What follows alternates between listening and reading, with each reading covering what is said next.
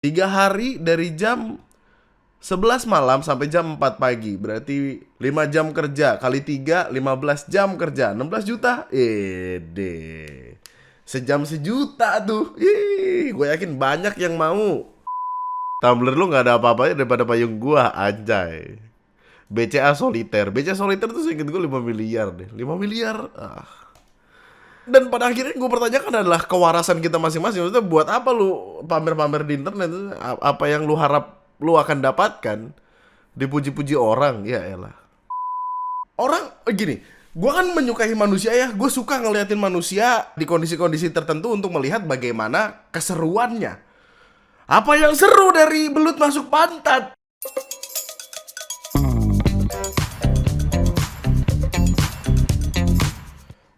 Hai, selamat datang di video gue kali ini dan selamat datang kembali di TNM kawan-kawan. Saya tidak lupa-lupanya mengingatkan kalau jaga kesehatan please.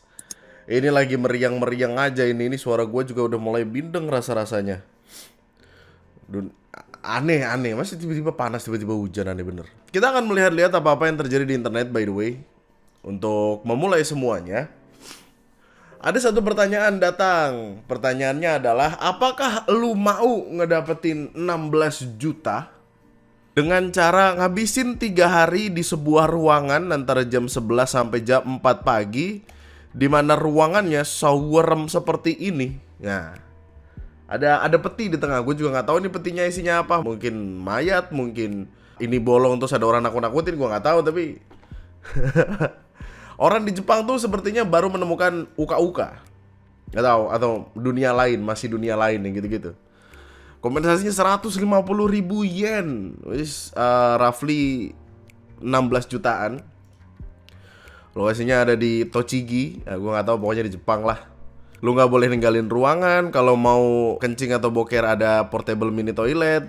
Ngunci pintu, jendela segala macem, nggak boleh nyentuh apapun, ngebakar dupa kayaknya kalau gue nggak salah, nggak boleh tidur, nggak boleh bawa HP, tapi lu boleh bawa manga, rokok, minuman, makanan segala macamnya. Mau atau enggak? Kira-kira, maksudnya indis ekonomi, yo. Lu duduk nungguin setan datang 16 juta. 3 hari dari jam 11 malam sampai jam 4 pagi. Berarti 5 jam kerja kali 3, 15 jam kerja, 16 juta. Sejam sejuta tuh. Gue yakin banyak yang mau. Dan karena perkara ini lagi diomongin banget jadinya, dia bakal ngebuka cabang buat di Indonesia. Ya, jadi kan ketika gue cari tahu ternyata ya ini adalah kayak semacam I don't know, reality show atau apa. Intinya orang yang punya ide ini pertama kali, dia tuh tertarik sama perkara setan-setanan, dia tertarik sama horor dan lain sebagainya, tapi dia terlalu takut untuk membuktikan. Akhirnya dia memutuskan untuk minta orang lain kali ya ngelakuin itu. Nah, hadirlah challenge-challengean kayak gini dengan dapat duit dan akan datang ke Indonesia karena dia hadir dan ngomong kayak, kami adalah organisasi dari Jepang yang mengadakan event stay semalaman di rumah angker. Real, bukan settingan. Saat ini kami berencana mengadakan event serupa di Indonesia. Lagi nyari rumah yang bener-bener angker. Lah, lu bisa ngirimin rumah yang sekiranya angker, sengketa, atau bekas pembunuhan atau apa mungkin segala macamnya. Lu bisa email ke dia. Kalau misalkan rumah itu jadi dibeli sama dia, lu bakal dapat reward 50 juta. Kapan lagi? Jadi makelar rumah, bro. Sorry, makelar rumah horor. Ayo. Yang dicari tuh rumah-rumah serem gitu loh. Wah, saya coba. Ini siapa di bawah? Wah, jadi ngeri. Yang kocak dari perkara ini adalah dia kan jadi rumah ya. Terus direkomendasiin sama orang-orang di Indonesia. Rumah pertama yang direkomendasikan adalah ini. Parah banget, parah banget. Tiba-tiba tembok ratapan Solo ya.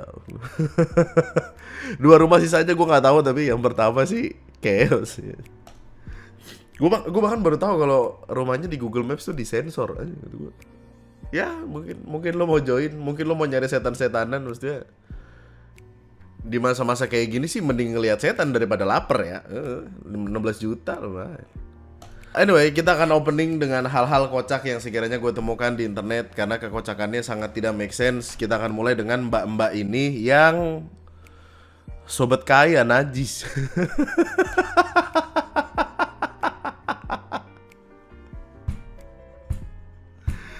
Sebenarnya sih nggak apa-apa juga ya kalau misalkan dia mau flexing di internet, mau berkaya-kaya di internet, toh pada akhirnya dia juga yang akan repot gitu. Tiba-tiba dipinjemin duit sama tetangganya nggak tahu. Tapi kalau misalkan lu ngeluarin sesuatu di internet, kan orang lain juga berhak untuk mengeluarkan opininya dong. Dia hadir tiba-tiba gini, nggak mau masuk circle yang masih minum dari tumbler bonusan. Pakai tumbler Stanley, it's bare minimum guys. Hydration is a choice and I choose not to be basic. Anjay. Stanley. Tumbler yang 700 ribu, 800 ribu, sejuta. Gue sih masih mempertanyakan kenapa harus ada tumbler semahal itu ya. Ini lu bisa temukan kayak 70 ribu, 80 ribu gitu. Dan fungsinya sama gitu. Tumbler yang lain sama. Kenapa harus sejuta gitu. Gue kalau misalkan tumbler sejuta, mending lu beli toren penguin. Ya gak sih? Coba toren penguin harganya berapa sih? Nah, ini lebih murah tuh dari bintang laut. 600-700 ribu.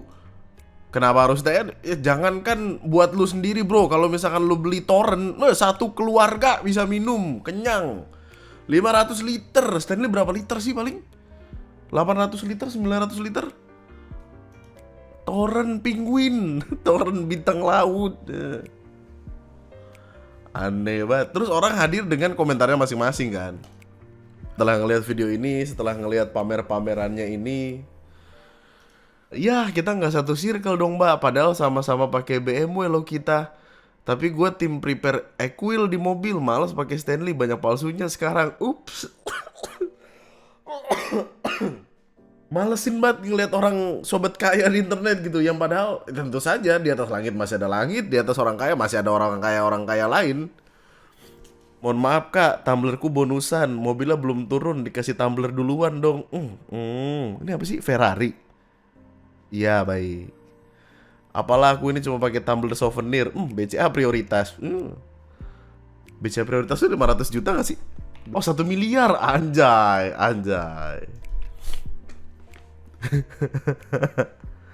Kayak itu KW ya, perasaan yang pink warnanya kayak gini. Hah?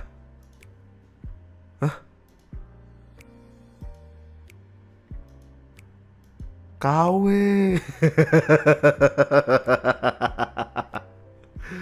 Tumbler lu gak ada apa-apanya daripada payung gua, anjay. BCA soliter tuh seinget gue 5 miliar deh. 5 miliar. Dan pada akhirnya gue pertanyakan adalah kewarasan kita masing-masing. Maksudnya buat apa lu pamer-pamer di internet? Apa yang lu harap lu akan dapatkan? Dipuji-puji orang, ya elah. Ternyata pakai BMW 1,9M gak menjamin lolos dari kemacetan kota Bandung ya, anjay. Flexing. Si najis. Terus kayak yang dibalas nih sama Hey BMW, Hey BMW. Dashboardnya 520i M Sport dan belum ada ADAS-nya, which is mobil ini NIK 2021. Pada masanya harga baru mobil ini 1,275M. Belum diskon fantastis 3 digit. Unit second-nya di market sekarang 600 sampai 700-an. Kakak generous banget nyumbangnya sampai 1,9M.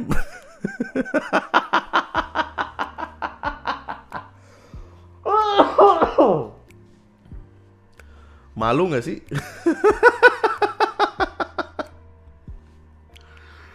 Malu gak sih cuy?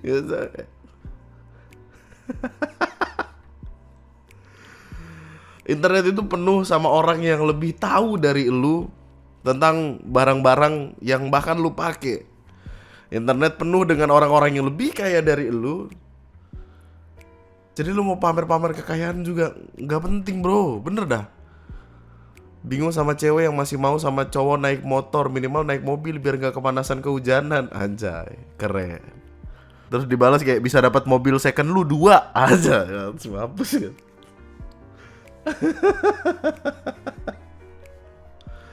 Bro, fokuslah hidup untuk menjadi kaya, bukan untuk terlihat kaya. Karena aja sekarang gue referensinya buku aja yang bagus banget. Di buku Psychology of Money. Nah nih quotes-nya nih, anjay. Spending money to show people how much money you have is the fastest way to have less money. Anjay. Gue nggak tahu itu artinya apa, kamus gue hilang, tapi ya juga the point lah. Menjadi kaya sama terlihat kaya adalah dua hal yang berbeda. Nggak usah pamer-pamer di internet lah, anjing. Gak ada yang peduli cuy. Kita kemudian akan hadir dengan berita-berita yang berulang. Ada banyak sekali hal yang udah sempat dibahas di TNM, kemudian kebahas lagi berkali-kali, yang mana masih jadi pertanyaan sampai sekarang, kenapa history seakan-akan mengulang dirinya sendiri. Tapi gini, meskipun kurang lebihnya sama, kasusnya bisa jadi lebih parah atau lebih baik. Contoh, ada seorang pria India yang mengalami nyeri perut hebat akibat memasukkan sesuatu lewat anusnya. Sesuatunya apa? Belut. Belut dimasukin ke pantat. Kenapa? Orang gini, gue kan menyukai manusia ya. Gue suka ngeliatin manusia di kondisi-kondisi tertentu untuk melihat bagaimana keseruannya. Apa yang seru dari belut masuk pantat? Kenapa dah? Kayak nggak ada hal lain yang bisa dilakukan gitu. Beritanya baru ini naik, yang mana cukup jadi omongan. Yang ternyata setelah gue cari tahu, kejadiannya itu ada di 2024 lalu. Ada seorang pria India berusia 31 tahun memasukkan seekor belut hidup sepanjang 65 cm ke dalam anusnya untuk mencari intense sensation. Fuck tuh intense sensation. 65 cm itu semana ya? 65 cm. 65 cm itu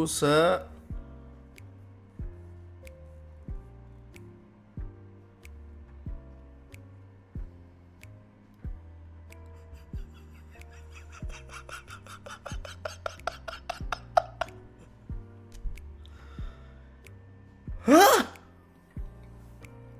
Setangan gua cuy. Bener nih 65 cm. Allahu Rabbi, ya Allah. Indian man almost dies after inserting 65 cm long eel up his anus to seek sensation. Wah, ini penggaris butterfly yang 30 cm sih. Dan gede loh men. Gede ini. Astaga.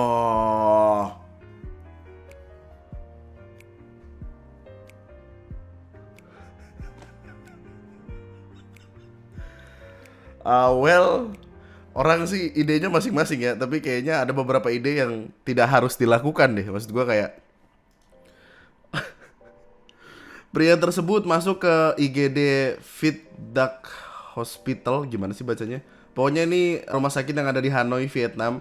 Jadi kayaknya dia lagi liburan ke Vietnam, terus punya ide bagus di kepala, lalu melakukan itu. Dokter melakukan serangkaian tes termasuk X-ray dan CT scan. Dari X-ray terlihat kerangka belut berbaring horizontal di dalam rongga perut. Horizontal? Vertikal kan begini, horizontal begini. Belutnya sudah berhasil kabur dari rektum dan masuk ke rongga perut.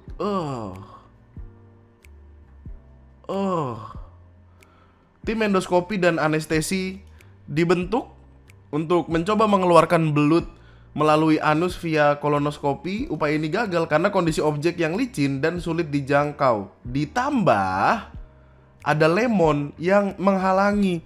Oh ini. Lah gue kira lemon ini cuman buat size comparison gitu, kayak buat tahu gedenya kayak apa. Jadi lemon ini pun ada di dalam sana. Taduh, lemonnya tuh setelah atau sebelum? Ya, setelah atau sebelum belut. Yuk. Kejadiannya 27 Juli 2024. 29 Juli karena nyeri terus meningkat, dokter akhirnya memutuskan operasi perut terbuka. Jadi operasinya di perut dibelek, terus dicari belutnya, terus dikeluarkan. Kenapa dia ada di rongga perut? Karena belut tersebut telah menggigit tembus rektum dan usus besar pasien untuk kabur ke rongga perut. Ya Allah. Jadi dia intinya tidak bisa buang air besar seperti biasa, terus harus pakai stoma bag. Jadi ususnya dikeluarin di perut. Jadi nanti kalau boker di dalam si plastik yang ada di depan ini kayak gini lah. Well, kawan-kawan, kadang ide-ide di kepala tuh tidak seharusnya dilakukan, tahu, bener deh. Bener kata gua mah. Ukuran 65 cm, diameternya 10 cm. Diameternya 10 cm? Hah?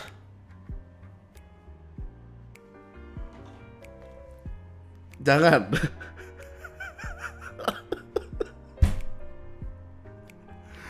Ada banyak ide di kepala yang tidak boleh jadi sesuatu. Oke, ada banyak sekali dan baiknya tidak dilakukan. Simpan aja, simpan. Oke. Masalahnya, hal yang terulang kembali nggak jauh-jauh dari perkara kayak gituan. Karena ada pria di Pekanbaru pasang cincin di kemaluannya, berakhir minta bantuan damkar. Ada cincin dipasang di kemaluan. Kita udah 2-3 video ngebahas hal yang kayak gini, dan entah kenapa tetap berulang. Mungkin mereka nggak punya sosial media untuk melihat kasus serupa atau gimana. Tapi cincin di dalam cincin. Ceritanya, hari Minggu tanggal 26 April 2026 ada seorang laki-laki ya Allah, kenapa fotonya begini sih? Kayak dipapar gitu, bro. Ada mas-mas mukanya happy sekali kayak. Ada seorang pria berusia 27 tahun yang kedapatan iseng memasukkan sebuah cincin ke dalam titiknya. First of all, gue nggak tahu ya cincin yang dimaksud itu cincin yang kayak apa. Mungkin cincin biasa yang ditaruh di jari, atau juga ring. Jadi ada sebuah cincin, gue nggak tahu ini lu boleh denger ini atau enggak. Gue takutnya lu masih bocah atau gimana. Tapi ada sebuah cincin yang digunakan untuk aktivitas suami istri ya. Dan itu tuh biasanya lunak dari karet apa segala macem, atau mungkin ada yang dari besi terus bawahnya ada buletan gitu. Jangan tanya gue kenapa gue tahu. Enggak, gue nggak pakai itu. Riset. Dan biasanya emang untuk kepuasan gitu. Nah, entah cincin apa yang dia masukkan. Kalau misalkan cincin biasa yang mas kawin sih, itu bisa mengartikan banyak ya. Bisa mengartikan kayak titiknya kecil atau apa. Tapi perasaan gue bukan deh. Karena gak mungkin gak sih kisah. Menurut keterangan petugas damkar, korban sebenarnya sudah kesakitan sehari sebelum ke rumah sakit. Dia bahkan sempat mencoba melepas cincin itu sendiri. Ada bekas alat yang dipakai untuk coba membuka, tapi gagal. Jadi dia diam-diam kesakitan semalaman, coba berbagai cara sendiri, tidak berhasil dan baru menyerah keesokan harinya. Nah, hari Senin tanggal 27 April 2026, pria tersebut yang bekerja sebagai buruh bangunan datang ke IGD Rumah Sakit Pekanbaru dengan meringis kesakitan sambil memegang alat kelaminnya. Dia ke rumah sakit itu bersama mandornya. Jadi ada tukang, ada mandor. Gue sih nggak tahu ya obrolan seperti apa yang sekiranya terjadi di tengah-tengah itu semua. Tapi gue sih kalau jadi mandornya rada, Dor, wait, temenin ke rumah sakit, Dor. Kenapa tuh? Titit. Wah, kenapa titit? Nyangkut. Cincin. Iya, cincin tuh bahasa Jepangnya titit sih, tapi enggak ada cincin di dalam. Wah.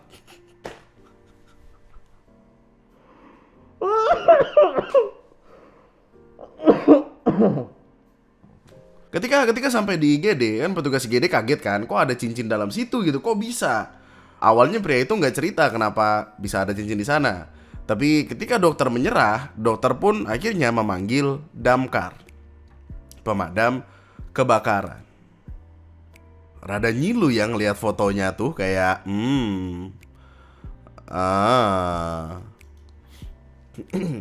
Akhirnya damkar-damkarnya datang, dan ini adalah kali pertama damkar Pekanbaru menerima kasus seperti ini.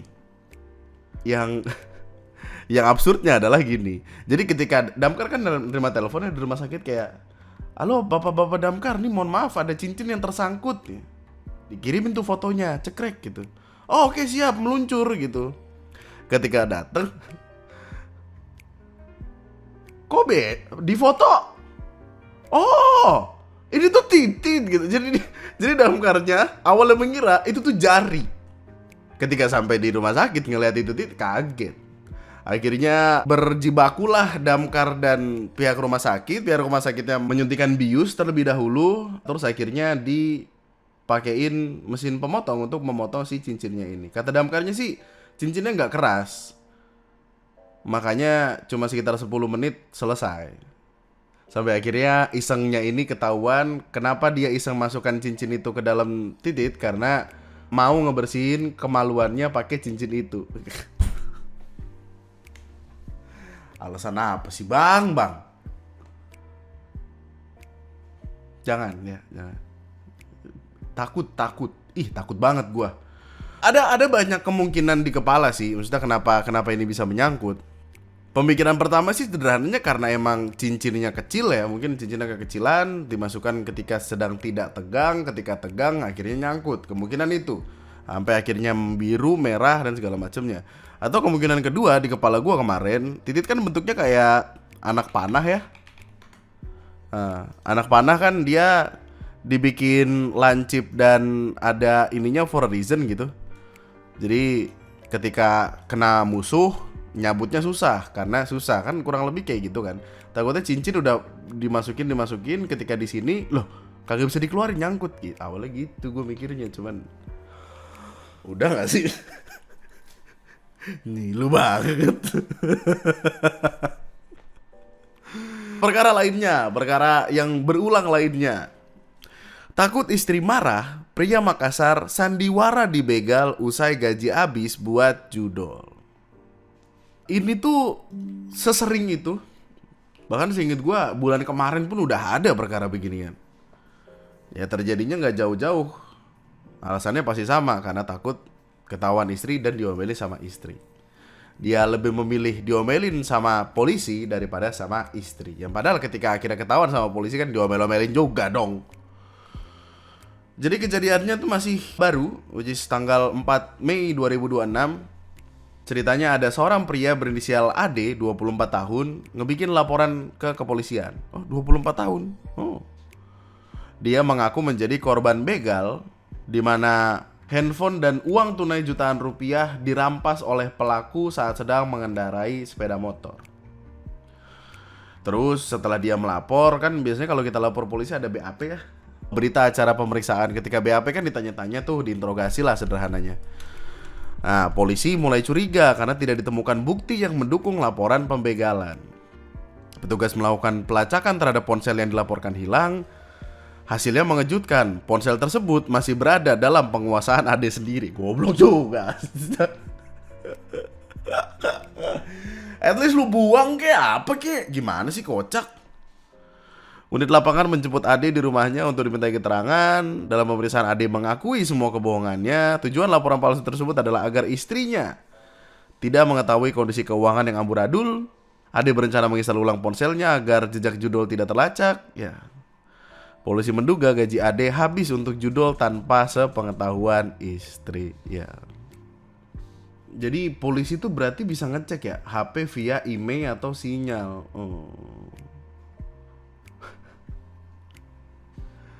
Oh shit. Ada informasi yang intinya ngasih tahu kalau ini tuh berulangnya bukan sekali dua kali, men. Ada ini, 1, uang habis buat judol, ngaku dibegal hingga bikin resah warga. 2, pria di Makassar bikin laporan kehilangan palsu guna hindari cicilan motor dari pembiayaan. 3, di Purbalingga, habiskan gaji mertua untuk judol, Beni.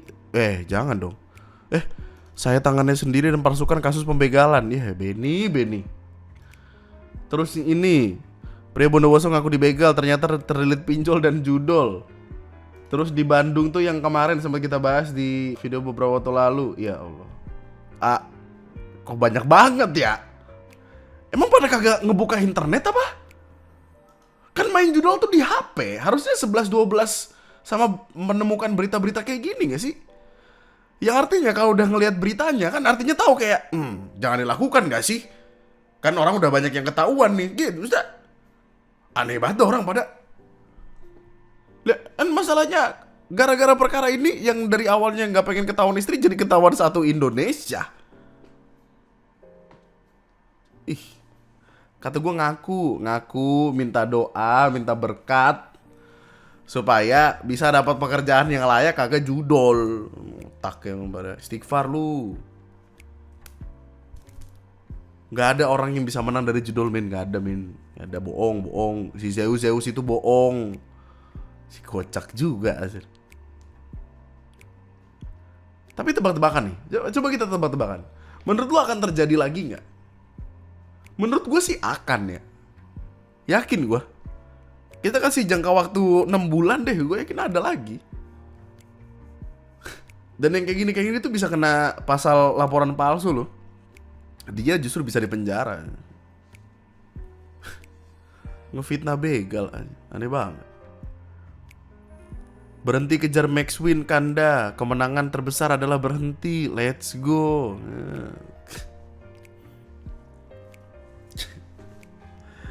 Ya, anyway, ada beberapa pembahasan yang sekiranya akan serius. Tapi gue akan mulai dengan ini ya.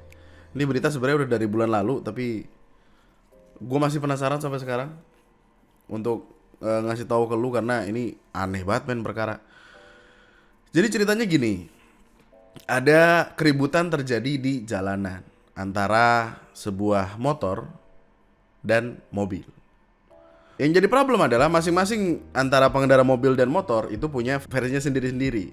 Pengendara mobil merasa kalau pengendara motor ini motong jalan. Pengendara motor merasa itu emang dia udah jalurnya, jadi bukan motong. Tapi apapun itu, keributannya jadi parah karena tidak diselesaikan dengan kepala dingin, melainkan dengan berantem. Bukan berantem malah ini yang punya mobil kelakuannya kayak tai, bro. Saya juga sudah lete. Atau melihat gak? Ada desek, saya dulu lihat kamu gak mau. Jangan bergila. Hah? Betul, saya juga, Pak. Karena gak tahu ceritanya dia, Pak. Tadi sudah Pak juga ikut-ikut, Anda juga ikutkan juga. Ya. Doni nama saya, maaf ya mata. Ini gak ada desek. Iya, Pak. Iya, gak tahu ceritanya. Berarti ibu ini motong jalan. Saya ngerem gak ada. Untung kan ada Tuh, dia sampai noyor anak dari pengendara motor like 2 kali. Udah mah gitu mukul helm ketika lagi berusaha dilerai sama abang Gojek.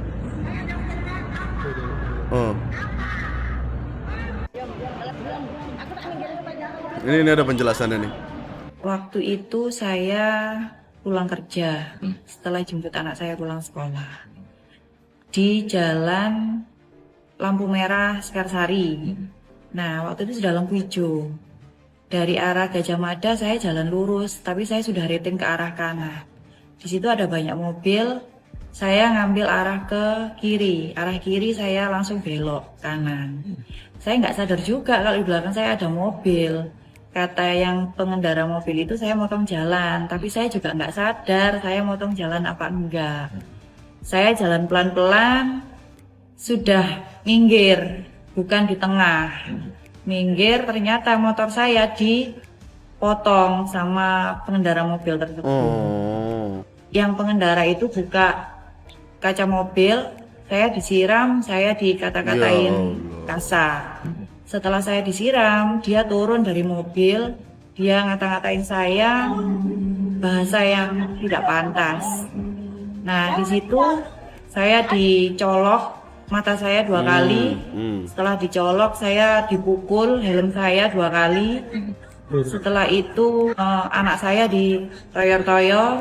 Setelah itu saya dipukul lagi, kaki saya diinjek-injek. Setelah itu anak saya kan ditolong sama Gojek, dibawa di toko di situ. Ya Allah. Saya ngikutin anak saya. Buset, tengil banget dah gayanya. Orang ngapa sih dia lagi ada masalah apa sih? Datang bulan hari pertama apa gimana sih? Ya, setelah saya ikutin, mbaknya juga ngikutin saya. Nah, di situ saya dimaki-maki lagi, dikata-katain nggak pantas lagi. Sepeda saya yang di depan itu diinjak pakai kakinya dia. Terus kunci motor diambil, dia bilangnya mau parkir mobilnya dia karena ada mobil yang mau keluar waktu itu. Ternyata kunci motor saya diambil, nggak dikembalikan, dibawa terus sama mbaknya. Nah, saya pulang, telepon suami saya baru bisa pulang. Oh, pada saat mbaknya marah-marah itu, saya sudah minta maaf. Saya sudah minta maaf sama mbaknya dan mbaknya bilang, maaf tok itu gak cukup, mbaknya bilang Waduh. gitu.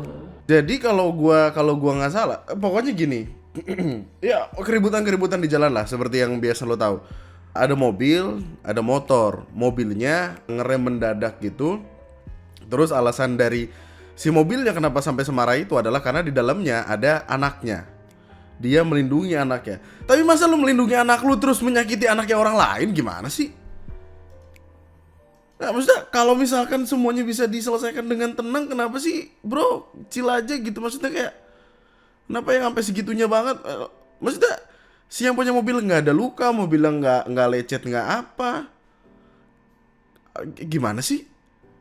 Tapi meskipun demikian ya tetap ada perdebatannya gitu. Ini motornya mau belok ke kanan tapi ngambil sisi paling kiri. Udah gitu sambil bawa anak. Tindakan pengemudi mobil nggak dibenarkan sih, apalagi sampai noyor-noyor bocil. Tapi si motor juga membahayakan banyak pihak termasuk dirinya sendiri dan anaknya. Ini benernya bisa banget diselesaikan baik-baik, tapi mungkin emosi dan kondisi jalan yang panas jadinya gitu. Semoga semua pihak bisa berkepala dingin dan menyelesaikan dengan baik. Nah, yang dipermasalahkan adalah ini. Kalau udah minta maaf terus dibilang maaf doang gak cukup, harus gimana lagi? Wong yang gak lecet badan mobilnya, masa perlu bayar apa? Apalagi selain maaf yang harus diomongin gitu. Kalau kata saya sih si motor mukanya kayak nyolot dan berbalut, gak sadar kalau motong. Berarti dia awalnya merasa benar. Harusnya bukannya berterima kasih udah ditegur karena diingatkan kalau udah bikin bahaya dan tentunya minta maaf, bukan malah diem di motor dan sebenarnya kayak nyolot. Terus ini video bikin seolah-olah dia playing victim. Soalnya pesepeda motor yang ngawur kayak gini banyak kak. Mereka yang ngawur tapi merasa benar, padahal membahayakan dan berpotensi membuat kecelakaan. Perdebatan sisi kiri dan kanannya banyak yang mengakui kalau dua-duanya salah pada akhirnya. Tapi ya videonya berlanjut. Karena akhirnya si mbak-mbak ini ditangkap polisi.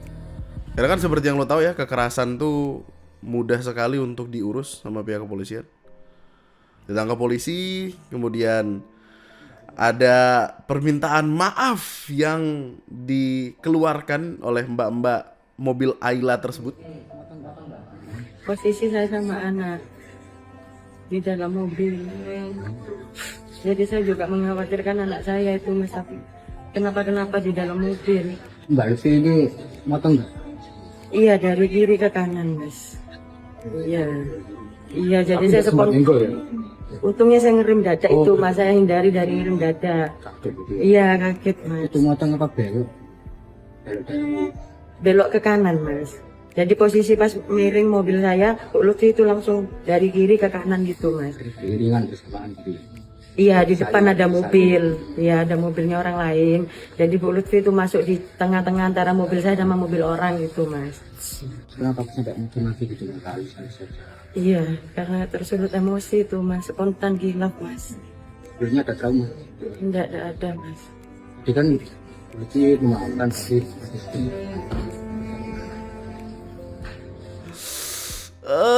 Sebuah kasus lainnya yang pusing. Akhirnya kita sampai di konklusi itu gak sih? Maksudnya yang naik motor salah karena sudah memotong jalan dan harusnya urusannya adalah sama pihak kepolisian dengan penilangan dan apa segala macam.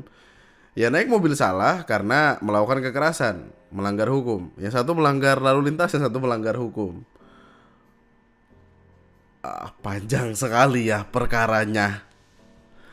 Cuman pada akhirnya setelah minta maaf ini dimaafin, tapi proses hukumnya tetap berjalan. Kita harus memberikan efek jera, Mas. Kita secara manusiawi juga sudah memaafkan. Tapi karena laporannya belum dicabut, sampai sekarang proses masih berjalan. Nah, proses masih berjalan dan sepertinya akan dilanjutkan terus sampai di penjara pada akhirnya. Harusnya ya, sidang sih panjang ya perkaranya. Salah satu hal yang paling ultimate dari perkara ini adalah si mbak yang naik mobil itu, Ayla itu, pernah mendekam di penjara 1 tahun pada 2018 karena kedapatan mencuri bersama ibunya di Sidoarjo. Mencuri 3 gelang emas, 1 cincin emas, dan 1 HP, di mana kerugian pemilik rumah sekitar 20 juta. Residivis. Kemudian itu yang dipikirkan oleh orang-orang jadinya. Yang mana memang pada akhirnya motong jalur itu salah karena bisa membahayakan.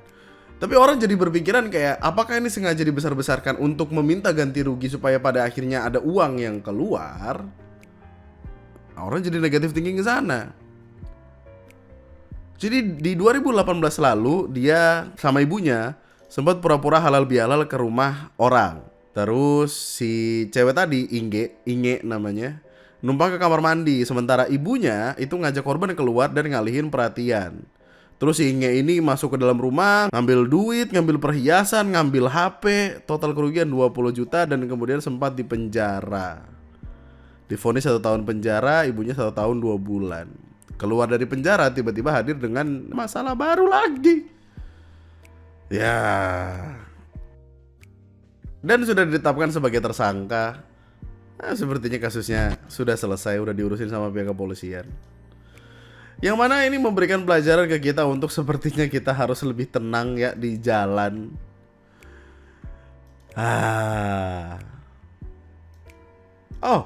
Oh ya gue lupa. Sempat ada kasus lain di mana dia pernah ke beauty bar terus kagak bayar, kocak. Inge ini emang problematik ternyata. Ya Allah. Pernah tidak bayar treatment spa di Kota Malang. Iya. Dia datang berempat, 1 laki-laki, ibunya dan anaknya. Dari 4 orang itu 3 orang dewasanya nunggu, sementara anaknya yang treatment. Nah waktu di lantai 3 terlihat seperti cari-cari masalah. Intinya dia bilang konten IG kita nggak sesuai. Tapi dia malah marah-marah menuduh kita nipu, tidak sesuai, padahal treatment yang dia ambil apa dan yang dia mau apa juga nggak jelas, jadi nggak relate. Akhirnya ngancam mau viralin, bilang mau kasih tahu ke teman-teman selebgramnya, mencaci maki karyawan, sampai akhirnya ya udah karena bikin gaduh cabut dia.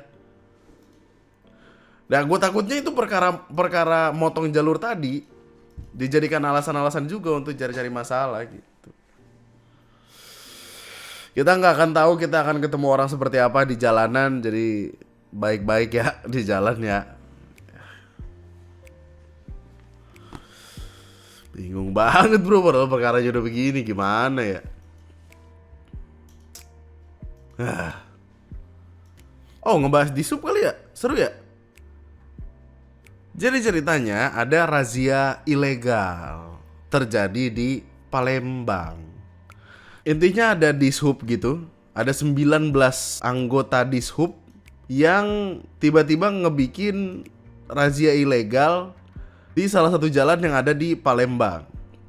Ceritanya gini, ada 3 truk lagi beriringan. 3 truk beriringan nih. Terus di sub ini tiba-tiba muncul kayak ninja tuh, pah gitu. Nah di depan 3 truk ini ada pick up. Pick upnya mau diberhentiin kayak, woi pick up stop. Nah pick upnya ngerem mendadak.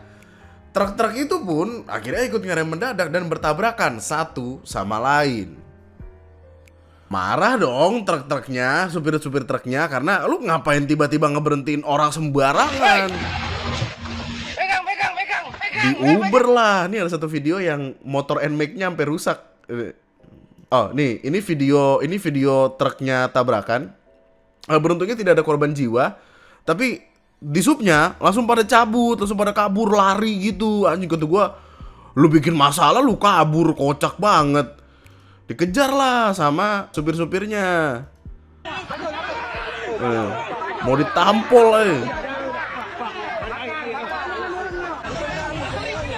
Nih, ini kan ada satu bawa NMAX. Udah mah NMAX-nya kagak ada plat nomor lagi. Katanya dinas perhubungan. Wah, diprotes. Takut dia jiper, semua panik. NMAX-nya ditendang, copot bro. Ya, gembel. Dicari langsung. Ini ada yang sampai dipegangin, kagak boleh kemana-mana. Jangan lari, kamu apa? Ada razia. Jangan lari. Jangan lari, ayo. Marah-marah orang langsung. Lari. Kamu orang razia, woi. Jangan lari. Ada tabrakan itu. Gara-gara kamu orang nggak ada perintah apa, ayo. Jangan lari, ayo. Oh, mau ngambil HP, nggak pengen direkam. Kami rekam semua. Itu ada laka itu, mana itu, ayo. Marah dong, marah banget lah, gila. Men, mobil kayak gini mahal tuh. Hancur bro, beruntungnya nggak ada korban jiwa. Tapi kan kalau karena perkara di sub ngeberhentiin 1 orang terus jadi rentetan terus ada korban jiwa gimana? Wah, hancur bro. Setelah kecelakaan ini kan berusaha kabur, tapi berusaha kabur digagalkan sama supir-supir truk yang marah. Akhirnya ditangkap-tangkepin itu orang. Nggak tahu diikat apa gimana, gue nggak tahu dah. Ia menjelaskan insiden kecelakaan beruntun itu terjadi sekitar pukul 10.30 dan melibatkan 3 unit truk. Kendaraan-kendaraan tersebut masing-masing bla bla bla, bisa lo baca. Ia menjelaskan sebelum kejadian ketiga truk melaju beriringan. Sesampai di lokasi ada kendaraan di depan yang diberhentikan secara mendadak oleh petugas Dishub. Asu. Kerugian material diperkirakan sekitar 40 juta. Akhirnya dilakukan penyelidikan sama pihak kepolisian. Setelah dilakukan penyelidikan ternyata ketahuan kalau razia ilegal ini udah terjadi selama kurang lebih 1 tahun. Kok bisa? Apaan? Didapati ada 19 aparatur sipil negara dan pegawai pemerintah dengan perjanjian kerja atau P3K yang terlibat dalam kejadian tersebut. Kepala Inspektorat Kota Palembang mengatakan hasil pemeriksaan menunjukkan bahwa praktek razia tanpa dasar hukum tersebut telah berlangsung selama kurang lebih 1 tahun. Jadi kayak emang oknum-oknum nyari duit jajan aja, bro. Jahat banget gitu gua. Pungli. Untuk kepentingan pribadi, mintain duit, najis. Beberapa yang terbukti sebagai pelaku utama direkomendasikan untuk dipecat. Sementara yang lainnya diturunkan grade-nya sesuai dengan tingkat keterlibatan. Dan yaitu pada akhirnya 5 petugas di subnya dipecat. Sisanya kagak tahu dah diapain. Nah, masalahnya kok bisa 1 tahun kelolosan. NMAX-nya bawa pulang bang, jual buat ganti rugi. Oh, tadi kan 5 dipecat, 14 sisanya diberikan sanksi administratif seperti pengurangan gaji, mutasi ke kawasan ujung kota, serta penempatan khusus di Pulau Kemaro. Pulau Kemaro itu pulau kecil di tengah Sungai Musi, Palembang, terkenal sebagai destinasi wisata religi. Dijadikan sebagai tempat pengasingan petugas, artinya mereka dimutasi ke pos di pulau yang terpencil dan hanya bisa diakses lewat sungai.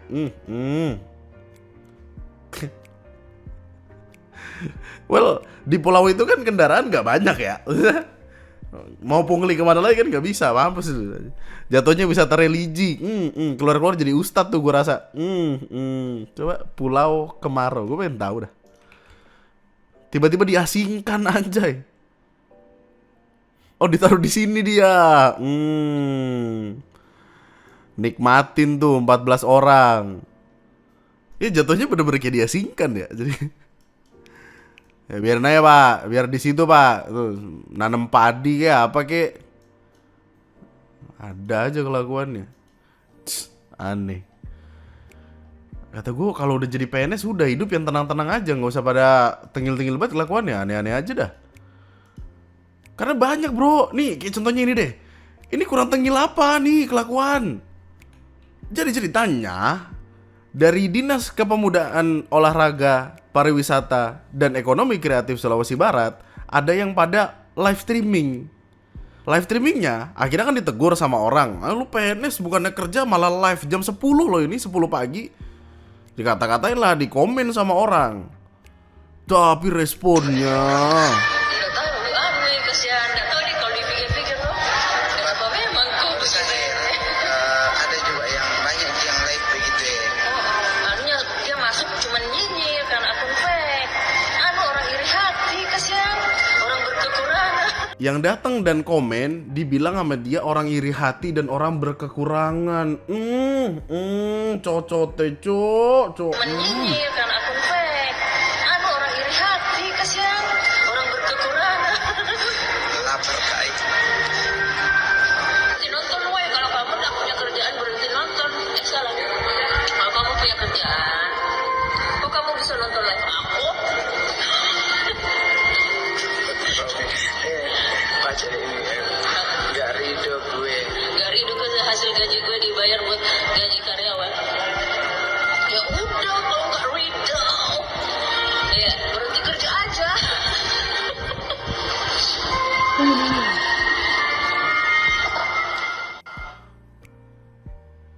Ini najis. Kesel banget gua. Apa tuh? Apa dah? Seingat gua ada aturan yang jelas. ASN tidak boleh live waktu lagi bekerja. Kayaknya siapapun dah. Kecuali emang lu kerjaannya streamer kayak gua, baru live ya udah kayak ASN dilarang kelas live di semua platform media sosial saat jam kerja kecuali untuk akun resmi pemerintah. Terus sekretaris daerah provinsi Sulawesi Barat mengungkapkan bahwa sudah dilakukan pemanggilan dan diberi teguran. Teguran doang. Dia masuk cuman nyinyir karena akun fake. Anu orang iri hati, kasihan. Berak, apaan iri hati? Kerja yang bener coy. Jam 10 pagi. Oh ada 3 orang.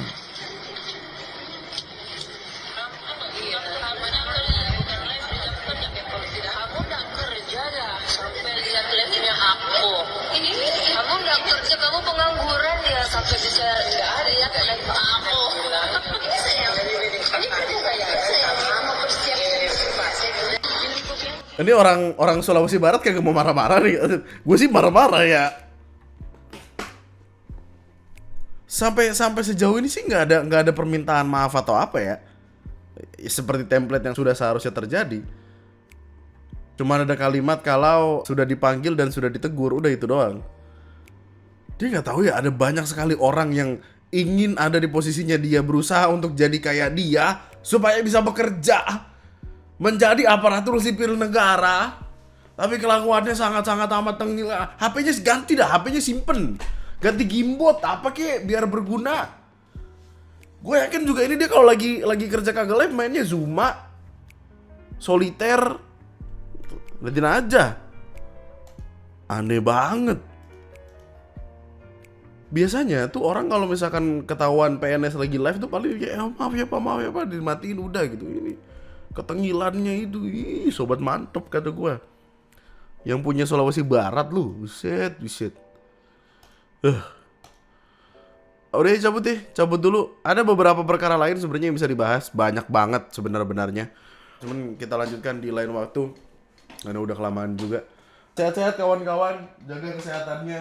Oh mungkin selanjutnya akan ada bahas tentang perkara hantavirus yang sempat jadi omongan. Ya, itu aja berarti. Jangan lupa di like dulu sebelum cabut, komen di bawah. Dan kita akan ketemu lagi dalam kesempatan. Love you so much. Nama gue Andri, sekian dan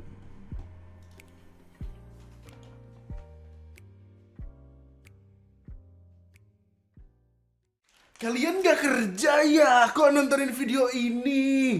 Pengangguran, aduh, sembarangan banget mulutnya. Ih, istighfar mbak. Anda bisa dimutasi kapan aja. Coba mbak tadi dimutasi bareng dari Sulbar dikirim ke Palembang bareng sama disub. Seru banget tuh, yakin gua. Sepi, kosong.